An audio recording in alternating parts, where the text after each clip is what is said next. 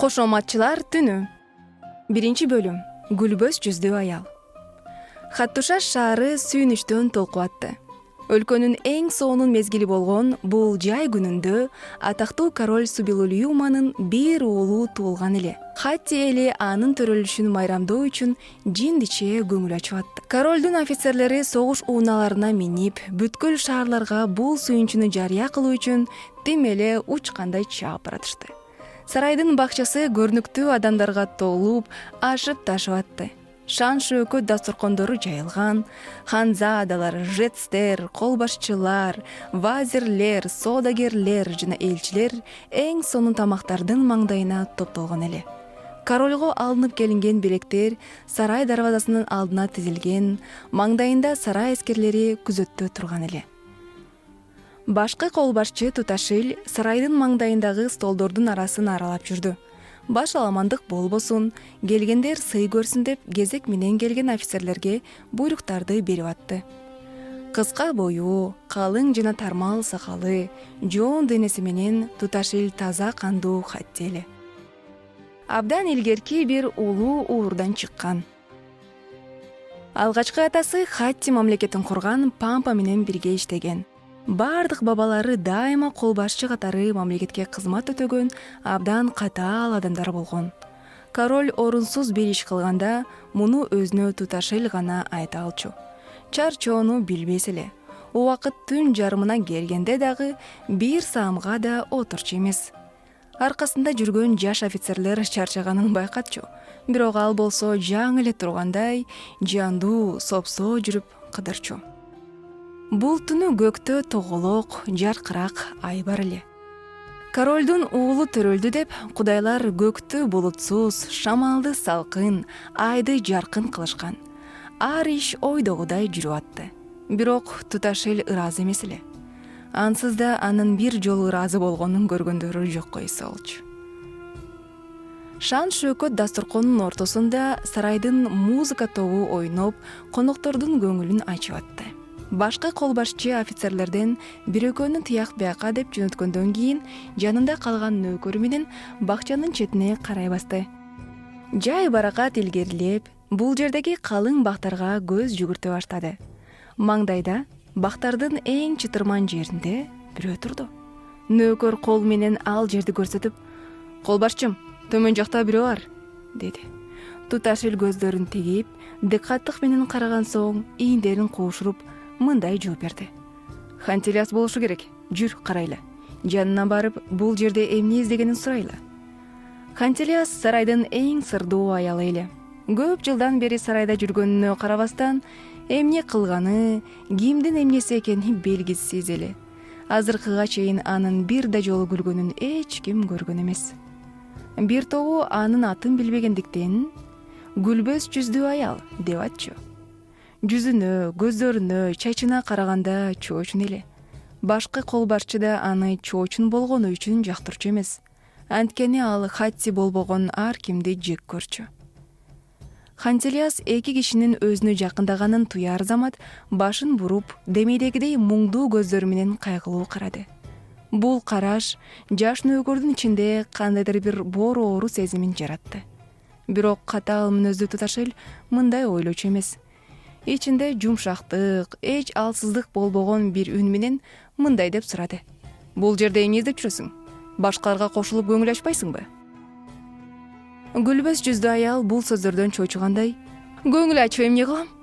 Өлсөм жакшыраак болот." Туташилдин үнүндө шылдың учкундары жаркырады. "Өлгүң келсе, сени алаксаткан эч ким жок. Өлүмүң менен Хатти мамлекети чөкпөйт. Сарайдын кампаларында король Муршил заманынан калган чилектерде уу бар экенин да билесиң. Ошондон бир чойчок ичсең, тилегиңе жетесиң." Хантилиас жооп бербеди. Адатынча муңдуу көздөрү менен маңдайындагы эки кишиге карады. Андан кийин жайдан алыстап кайын болду.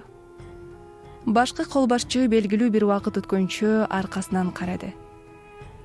Андан кийин нөөкөрүнө бурулуп, кыжырлуу үн менен: "Хатти өлкөсүндөгү бүткүл чоочундарды кампага тыгып, ооздоруна уу куюш керек.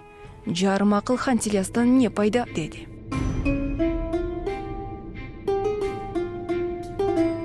Экинчи бөлүм. Дубалуу суу. Таң атып келатты. Хатчилердин королу сарай дарбазасынын маңдайына чыгып, коноктордун куттуктарын кабыл алууда. Алгач ханзадалар менен хан кыздары куттукташты. Жаңы төрөлгөн уулу үчүн Кудайдан узун өмүр, бакыт, байлык тилешти. Андан соң Фрикия элчиси келди. Азирети король, дос жана тууган Хатти эли менен сизге атактуу бабаларыңызга ден соолук, узун өмүр, жеңиштерди каалайм. Көңүлдөн чыккан куттуктарымды кабыл кылсаңыз, мени унутулбас бакыт ичинде калтырган болосуз, деди. Королдун жанында нөөкөрлөрү менен бирге турган башкы колбашчы Туташел бул сөздөрдү эшиткен замат жүзүн бырыштырды. Пасфакрик, кандай жалган сүйлөйт, деп сүйлөндү. Дал ушул маалда жалжактаган жына шаңдуу каткырык бакчада жаңырды. Бүткүл баштар үн чыккан жакка бурулду жана айраң таңдан умачтай ачылган көздөрдүн маңдайында Хантилиастын гүлү королго карай келатканын көрүндү. Башкы колбашчы кылычына кол узатты. Андан соң нөөкөрлөрүнө бурулуп, "Кармагыла муну!" деп буйрду. Көпчүлүктүн арасында таң калбаган жалгыз өзү эле. Бүткүл сарай, атүгүл бүткүл Хаттушаш шаары тааныган бул гүлбөз жүздүү аялдын каткырып күлүшү ушунчалык үмүт кылынбас нерсе эле, тим эле баары катып калган. Атүгүл мунун королду кордоо экенин унутуп калышты. Нөөкөрлөр акылынан ажыраган деп билген бул аялды кармоо үчүн атылышты. Бирок король аларга кыйкырды. "Тийбегиле, келсин." Хантилиас күлө-күлө королго жакындап келатты. Жүзү кызарган, көздөрү сүзүлгөн эле. Ушунчалык сулууга айланып кеткен экен, королдун делебеси козголду. Колдорун королго узатты. "Азирети король Субилулиума, уулуң төрөлдү деп сени жалаң эле тирүүлөр куттуктасынбы? Мына кара, мен өлү болсом да сени куттуктоого келдим. Өлүлөр тирүүлөрдөн алды да, ушундайбы?" Бул сөздөр жана аркасынан чыккан жаңы каткырык ал жерде тургандардын көбүн титиретти. Мына ушул аял өлү сыяктуу өлүмдөн коркпой, королдун маңдайындай билдирбестен күлүп, король менен тең туштай сүйлөшүп атты. Өлүмүн деп атты. Бирок тирүүлөр сыяктуу басып сөз сүйлөп атты. Королдун каштары бүркөлдү. "Эмне дедиң? Сен өлүсүңбү? Кечээ эле соо элең го. Качан өлдүң? Сени ким өлтүрдү?" Хантилиас шаңдуу каткырды. Ага эң курч көз менен карап турган Туташилди көрсөтүп, "Моудан сура. Мага сен өлсөң, Хатти мамлекети чөкпөйт" деди. "Сарай кампаларында уу тооло, баары вич" деди. "Эми сени куттуктап атам." Король башкы колбашчыга карады. Туташилдин жүзүнүн кебетеси коркунучтуу эле. "Ооба, уу ич деп мен акыл бердим. Анткени өлгүсү келгенин айткан эле. Бирок көрүнүп тургандай өлбөстөн жиндүү болуп калыптыр" деди. Аял дагы эле күлүп атты. "Чөйчөктөп иштим. Тою гана иштим. Жакында күн кудайы Иштанус мени дастуркоонун тегерегине алат. Сиздин да мени менен бирге баргыңыз келбейби? Өлгөндөн кийин баары сонун болуп калды. Хей, атактуу король Субилулиума, сен да килеген мурдуң менен, чекир көзүң менен азыр мага жагымдуу көрүнүп атасың." Айлананы муз сыяктуу жымжыртык басты. Жалгыз Хантилиастын күлкүсү жаңырып, калгандары аны карап турушту. Король ачуулуу үнү менен башкы колбашчыга бул аялды тезинен сарайга алып келгиле деп буйрук берген соң аркага кайтты. Бат-бат басып, ичкерде көздөн кайын болду. Туташел Хантилиаска жолборстой атыр алды. Колунан кармап, "Бас маскара, мен сага адепсиздик эмне экенин көрсөтөм" деп кекетти. Анын күлүшүнө, сөздөрүнө чычалабастан сарайга жетеледи. Таң калуудан тили тутулган нөөкөрлөр бир аз аркада келатты. Король алдыда, беркилер аркада кампага баратышты. Король болгондон бери бул жерге бир гана жолу кирген эле. Анысы да сарайда эмнелер бар экенин көрүш үчүн эле. Кампага кирген маалда Хантилиас дагы эле күлүп атты. бир бурчта тизилген, ичинде коркунучтуу толтура челектер көп кылымдан бери бул жерде өз маалын күтүп жатты. Король аялга бурулуп кыйкырды: "Кайсынысын ичтиң? Кантип ичтиң?" Хантилиас жерге тоголонгон бир жез чөйчөктү колуна алды. Капкага алынган бир челекке жакындап: "Ушундан ичтим, атактуу король. Муну да сен үчүн ичип атам", деди. Чөйчөктү челекке малды. Кызыл, көбүктүү суу толгон чөйчөктү эриндерине тийгизди. Королдун, башкы колбашчынын жана нөөкөрлөрдүн таң калуу менен караган көздөрүнчө соңку жутумга чейин ичти. Алар аялдын дароо жыгылып, өлүшүн күтүп атышты. Бирок анда өлүгө окшош эч бир абал байкалбады. Күлүп турду, кадам таштаарда чайпалып атты. Король суроо берди: "Айт, Хантилиас, канча чөйчөк ичтиң?" "3 чөйчөк ичтим, 5 чөйчөк ичтим. Түн жарымдан бери 10 чөйчөк ичтим. Бул таттуудан сен да ичпейсиңби, король?"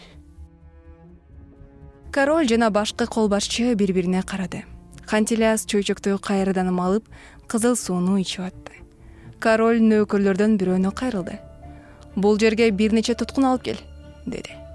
Кылымдар бою кампада турган, оозго алынган бир тамчысы киши терисине тийсе эле адамды дароо өлтүрөт деп билинген бул кызыл суу демек өлтүрбөйт экен. Жанында 3 туткун менен кайткан нөөкөргө король буйрук берди: "Бул ичимдиктен бир чөйчөктөн ичишсин." Нөөкөр чөйчөктү тартынып жатып, челекке малды, бир туткунга берди.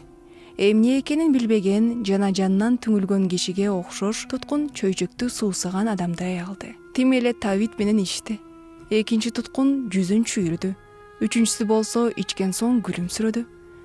Королдун буйругу менен туткундарга дагы бир чөйчөктөн берилди. Король, башкы колбашчы жана нөөкөрлөр айран таң эле. Анткени алар да өлүүнүн ордуна Хантилиас сыяктуу күлөө, каткыра башташкан. Эми королдун буйругун, нөөкөрдүн чөйчөктү беришин күтүшпөдү. Чөйчөктү бири-биринин колунан талашып, челекке малып, кызыл сууну үстү башына төгүп ичүүгө тырышып жатышты. Хантилиас болсо каткырып, аларга карап атты. Кыйкырыктар менен дагы ичүүгө көкүтүп жатты. Король айран таң эле. Кана, бир тамчысы эле адамды өлтүргөн бул ууга эмне болгон? Болбосо ичкендер кийинчерээк өлөт беле? Бул маалда туткундардан бирөөнүн жерге жыгылышы күмөнсүрөөнү тарката тургандай болду. Бирок жерге жыгылгандын үстүнө үңүлүп, жүрөгүнүн кагышын, дем алышын тыңдаган нөөкөрдүн "Тирүү, бирок уктап атат" деши акылын биротоло чаташтырды. Королдун кызыгуусу артты. Капыстан Туташилге бурулуп сурады: "Сен бул ууну ичип өлгөн кимдир бирөөнү тааныйсыңбы?" "Жок." Король нөөкөрлөргө бурулду: "Силерчи?" "Жок." "Мен да билбейм. Андай болсо ким билет? Же булар жалган ушактар болбосун?" Андан кийин нөөкөрлөрдөн бирөөнө буйрук берди: "Жанагы чөйчөктү толтуруп алып кел." Нөөкөр чөйчөктү алып келди. Король ээкине жай көтөрүп, бир жутум ичкен соң башкы колбашчыга сунуп: "Даамынтат, ууга окшобойт бул. Ууда мындай сонун даам болобу?" деди. Туташел король берген чөйчөктү алды. Өмүр бою өлүм менен жолугушуу, өлүмдөн коркпоо берген өнөкөт менен бир жутту. Анан: "Уу болушу мүмкүн эмес. Адамдын ичине кандайдыр бир боштук берип атат", деди. Бир саамга бири-бирине карап турушту. Туткундар менен Хантилиас дагы эле күлүп, жалжаңдап жатты. Башкы колбашчы күлүмсүрөдү: "Азирети король, бул уу эмес. Бул ичкен сайын кишиге жыргал берген, кишини күлдүргөн дубалуу суу. Өмүрүндө күлбөгөн моо аялдын да муну ичкен соң сүйүнүчкө батуусу көрсөтүп жатат го. Мунун уу болушу мүмкүн эмес." Анан челекке жакын келип, дагы бир чөйчөк алып ичти жана өмүрүндө биринчи жолу мыйзамды жобону унутуп, королдун маңдайында каткырып күлдү. Королдун кызыгуусу биротоло арткан эле. Чөйчөктү Туташилдин колунан тим эле жууп алып, челекке малды. Бир аз мурун коркуп, ойлонуп, бир жутум таткан кызыл сууну оозуна куюп бошотту. Бир саамга эки анжылык менен тегерегине карады. Бир челекке жөлөнүп каткырган хантилиясты, жерде жаткан жана жаактарын көптүргөн туткунду, бири бирине ороолуп күрөшүүгө тырышкан тиги экөөнү, күлүп аткан башкы кол башчыны, жиндиче караган нөөкөрлөрдү көрдү. Баары көңүлүнө жакты. Башы бир аз айланып атты. Ичинде ушундай жеңилдик бар эле. Айрыкча маңдайындагы аял ушунчалык сулуу эле. Чыдай албады. Каалабаса да бир каткарды.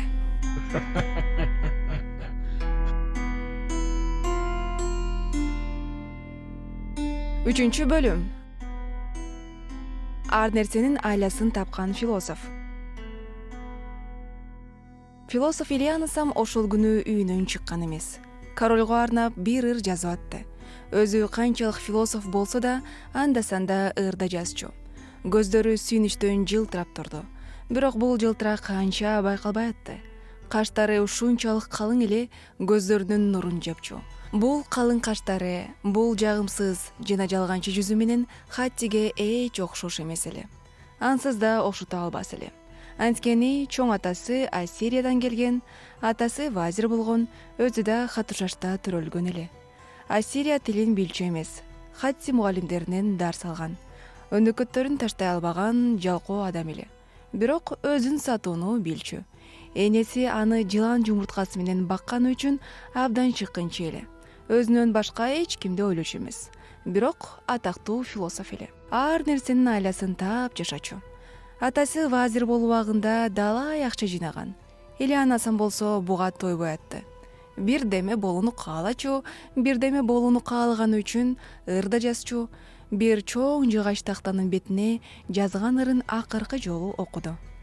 Эй баатыр, даңктуу король, хаттилердин биринчиси, кылычыңдын чагылганы менен титиретесиң төрт бурчту.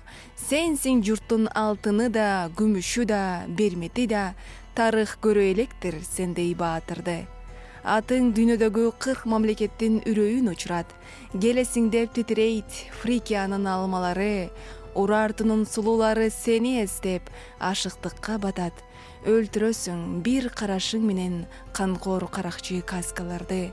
Сен болбосоң ким тойгузат, ким жашатат хаттилерди?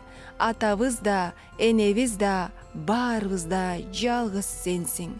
Фараондун черүүсүн Амурдан ыргыт тышкары. Ал өлүү, сен тирүүсүң, ал оору, сен эсенсиң. Чынында ыр абдан сонун болгон эле. Ким билет, король балким бул үчүн ага сыйлык берет беле? Бул үмүттүн сүйүнүчү менен курулган кескелдирик алып келсин деп аялын чакырайын деп атканда эшик кагылды. Жана сарай нөөкөрлөрүнүн бирөө королдун аны күтүп атканын билдирди. Ильянасам бул чакырууга сүйүнгөндөй көрүндү. Бирок ичинде бир коркууну да туйду. Муну менен бирге бүткүл куулугун жумшаса, башынан келиши мүмкүн болгон коркунучтардын алдын ала алам деген ишеничте эле. Королдун маңдайына келген маалда башкы кол башчы менен королдун абдан ойлуу турганын көрдү. Чоң урмат менен Субилулиумага салам айтты.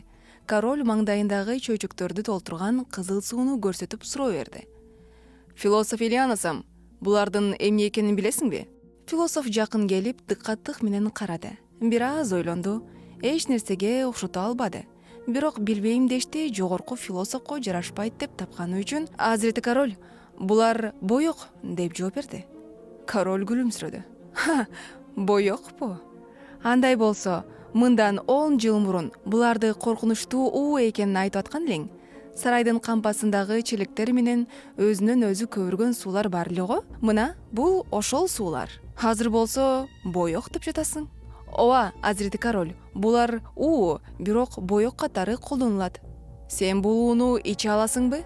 Бул сурак Ильянасамдын жүзүн кубартып жиберди. Атүгүл бир аз диндароо калды. Мээси астын үстүн болгону калды.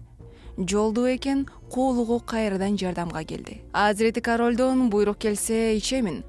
Бирок анда эмне болот? Азирети король жөнүндө баштаган ырым жарымында калат.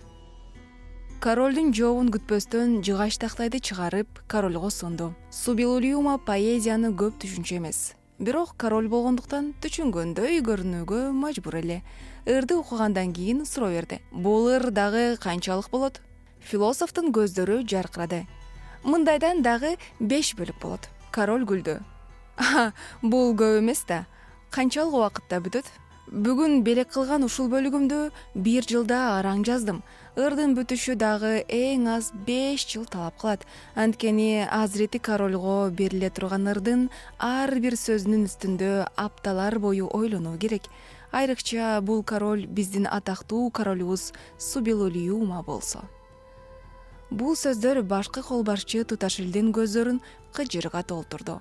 Эриндеринин арасынан «Ит ассириялык кантип жалган сүрөйт?» деп сүйлөндү. Элианасамдын ыры жана сөздөрү королго чыныгы максатын унуттурган эле. Мындай деди: «Философ, кылымдардан бери кампада турган бул уулардын кече түнү Кантилиас менен 3 туткун ичти. Түгүл биз да ичтик. Эч нерсе болгон жок. Бул кызыл сууда ушундай касиет бар, адамдын башын бир аз айлантат, ичине бир шайырлык берет. Даамы да сонун.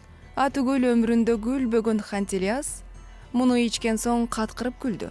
Мен да өмүрүмдө алгачкы жолу тынч уктадым. Болбосо ар түнү мамлекет иштерин ойлонуудан уйкум каччу. Сен бул суунун эмне экенин бизге айтып берүүң үчүн чакырдым. Хаттуршаштын акылмандарына, акындарына да кабар жолдодум. Ойлонуп, мунун эмне экенин ачыкка чыгарасыз». Элианасам бүткүл куулугун иштетип, бир жооп табууга камынган. Бирок бул маалда королго салам айткан бир нөөкөр атактуу акын Ирдастын келгенин билдирди.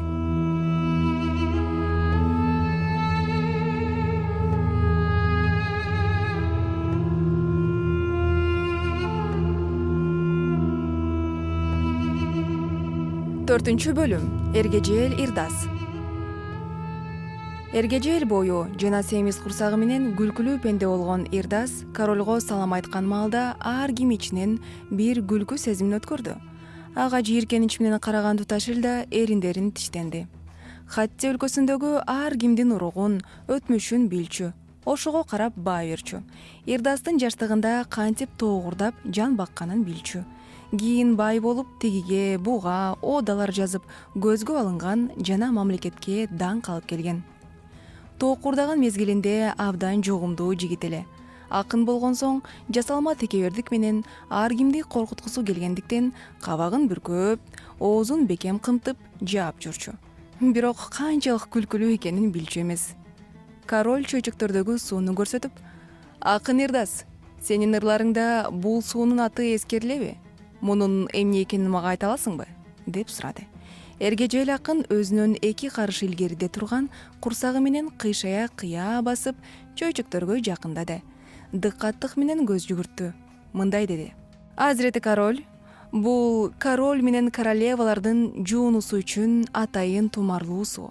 Анда жуунган королдордун жашоосу түбөлүк, мамлекеттери кубаттуу, черүүлөрү жеңилбес болот.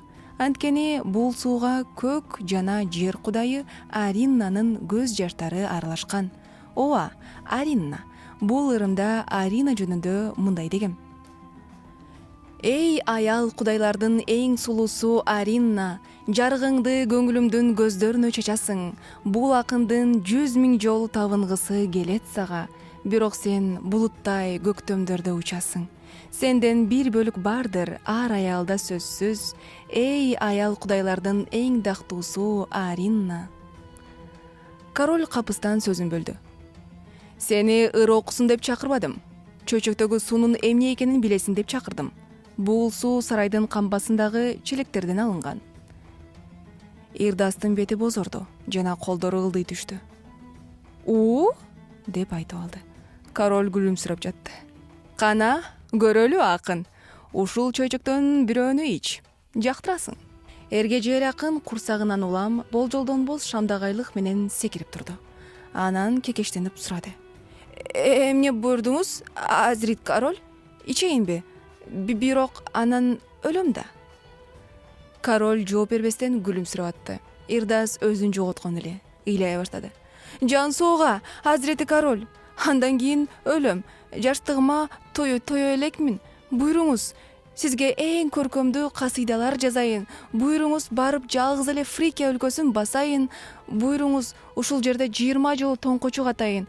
бирок жашоого тоё элекмин. Ирдас дагы көп нерселерди айтмак, айта албады.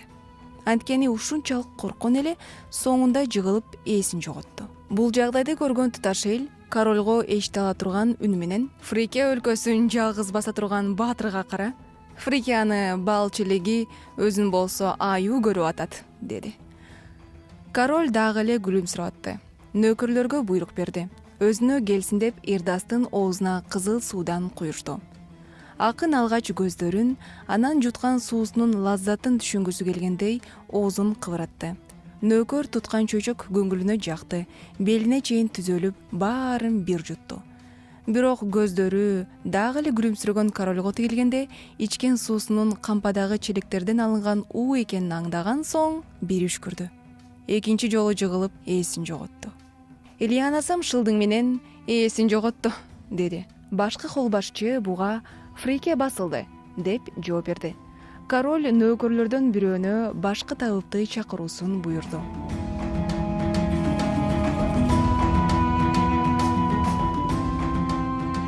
Аңгеменин уландысын кийинки чыгарылыштан уга аласыз. Сиз уккан программа Түрк дүйнөсүнүн тандалма чыгармалары уктуруусу. Ар жума күнү кечки саат 9-да жана анын кайталоосун ишемби күнү саат 10-до тыңдай аласыз. Уктурууну даярдаган Айзат Кадытбек кызы.